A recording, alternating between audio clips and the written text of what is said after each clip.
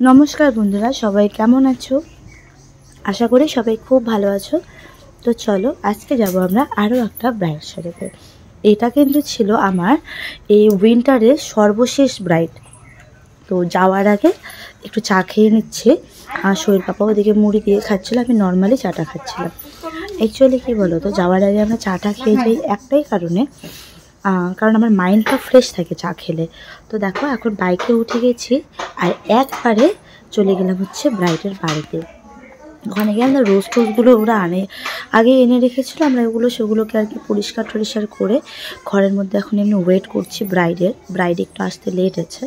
আসলে আজকে reception bride তো ব্রাইড একটু ঘুমোচ্ছিল আর আমরা এদিকে উঠে এই ঘরের জিনিসপত্রগুলো সব সেট করছি। तो चलो आज के सेट करते करते आरो कयेकखाना गल्प बोले राखी।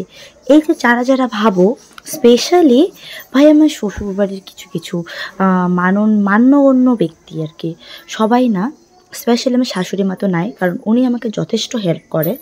তো যারা যারা ভাবো এই যে আমি আর কি যাই আমার বরের সঙ্গে বাইকে করে গিয়ে লং ড্রাইভ করি, আমরা লং ড্রাইভ করে ওখানে কাস্টমারদের সঙ্গে একটু হাহা হি করি, দেন আমরা টাকা নিয়ে চলে আসি গাদা গাদা টাকা নিয়ে। কিন্তু ব্যাপারটা কি সেটা দাঁড়াচ্ছে? এখানে তো কিছু কিছু ক্লিপস তুলেই নিই আমরা। তোমরা জানো আমাদের এক একটা বুকিং করতে গিয়ে কত কিছু সামলাতে হয়। ইনফ্যাক্ট কেউ কেউ জানো বুকিং করবে তোমাদের যে শুধু ব্রাইড সাজাবে আর ব্রাইডের সঙ্গে একটু আমাকে সাজাবে, কিন্তু পরে দেখবে কাহিনী পুরো উল্টো থাকে। পরে কি বলবে বলো তো, আমাকে জাস্ট একটু টাচ আপ করে দাও, কিছু লাগবে না, তুমি শাড়িটা পরিয়ে দাও, চুলটা বেঁধে দাও আর মুখটা করে দাও, আর কিছু করতে হবে না। ভাবো তো এত মানে এরকম সিম্পল টাচ আপ করে আমি আবার টাকা চাই। পরে যখন টাকা চাইতে যাবো, কি করেছো তুমি, এটাতে টাকা লাগবে। আবার কাউকে টাচ আপ যখন করবে নর্মালি তো মুখ একটু ব্রাইট লাগবে, তখন কি বলবে আমাকে ন্যাচারাল করে দাও, আমাকে এত সাদা আমি চাচ্ছি না। তখন তোমার ন্যাচারাল করার জন্য কি হবে, আরও তোমাকে টাইম খরচ করতে হবে। বাট কিছু কিছু ক্লায়েন্ট যেন টাকা দেওয়ার সময় এগুলোর কথা ভুলেই যায় বেমালুম, তখন তাদের হচ্ছে খুদ ধরতে ব্যস্ত। আর তোমরা বলো আমরা গিয়ে হাহা হিহি করি আর টাকাটা নেই। যাই হোক আজকের যে ব্রাইড ভীষণ ভদ্র, মানে রিসেপশন ব্রাইড, দেখতেই পাচ্ছ কতটা ভদ্র কতটা কোঅপারেটিভ। মানে ওকে আমি যেমন যেমন করতে বলছিলাম ও না ঠিক সেরকম করছিল। আর একটা জিনিস ভালো লেগেছে আমার, এদের বাড়িতে যখন আমি সাজাচ্ছিলাম আমাকে মোটামুটি স্পেস দিয়েছে আজকে। কারণ কিছু কিছু বাড়ি আছে স্পেস দিতে চায় না, আবার কেউ কেউ তো এরকম আছে ব্রাইডের বাড়িতে এসে মানে ব্রাইডকে যে সাজাতে আসবে সে মানে কেন এত শাখাবালা পরে এসেছে এরকম।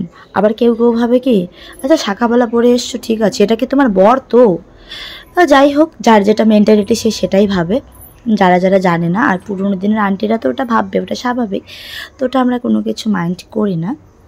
আর আজকের ব্রাইডের ডিমান্ড কি বলো তো, আমি যেটা এখন বলবো, আজকের ব্রাইড আমাকে বলছিল যে দিদিভাই তুমি যেমন করে সাজাও, মানে তোমার যেমন ভালো মনে হয় আমাকে ঠিক তেমন করে সাজিয়ে দাও। তো তারপরে আমি ওকে নর্মালি জাস্ট বলেছি তুমি স্কিন টোনকে লাইট চাচ্ছ নাকি সেম চাচ্ছ। তো যখন ও বললো যে না একটু আমাকে লাইট করে দিও, কারণ সেম রাখলে একটু কালোই লাগবে, আর গ্রামের ব্যাপার তো তখন আমি ন্যাচারালি ওর স্কিন টোন ওর থেকে আমি এক শেড বাড়িয়েছি, বেশি বাড়িয়ে নি, কারণ ব্রাইট এমনিতেই ফর্সা। আবার এদের বাড়ির একটা জিনিস কি বলতো, সবাই বেশ ফর্সা ছিল কিন্তু, তো তার জন্য সবার স্কিনটাকে আমাকে দেখে শুনে করতে হয়েছিল। আর ওই যে একটা আন্টিকে দেখছো পাশে, উনি কিন্তু আমার ভিডিও দেখেন, তাই উনি বসেছেন আমার সঙ্গে কথা বলতে। তো নর্মালি ওনার সঙ্গে গল্প টল্পও করছিলাম, পরে আমাকে এনে সুপারি টুপারি দিল। আর এদিকে লাস্টের দিকে একটু প্রবলেম হয়েছিল, মানে ব্রাইডের ঘরে যে জিনিসপত্র ওগুলো এখনও ঢোকানো হয়নি, তো ওগুলো পরে ওরা ঢোকাচ্ছিল। বাট আমাদের কাজের তো মানে থামাথামি নেই, আমরা কিন্তু আমাদের মতো কাজ কিন্তু করে যাচ্ছিলাম। দেন দেখো ব্রাইডের আমি লোয়ার লাশটা একটু ডার্ক করেছি, আর আপার যে জিনিসটা হাফ কাট ক্রিজটা ওটাকে আমি একটু পাতলা করে লাইন টানার চেষ্টা করেছি। তারপরে আমি কন্ট্রোল করে দিয়ে ব্রাইডকে আর কি ঠিক করবো। আর ব্রাইডকে সাজানোর পরে আমি অবশ্য পরে আর কি ব্রাইডের ফিনিশিং টাচটা দেওয়ার আগে ব্রাইডকে পরে আমি আয়না দিয়ে দিই যে তুমি দেখো তোমার কোথায় কম লাগছে কোথায় বেশি লাগছে, সেটা আমি পরে কভার করব। আর আজকের ব্রাইডের কিন্তু স্পেশালি আই লুকটা আমার ভীষণ পছন্দের। আর ব্রাইডের চোখ দুটোও দেখতে হবে তার সঙ্গে সঙ্গে, যে চোখ দুটোও ভালো, তো আই লুকটাও ভালো হয়েছে। তো এখন দেখো আমি ব্রাইডকে বলবো কেমন লাগছে।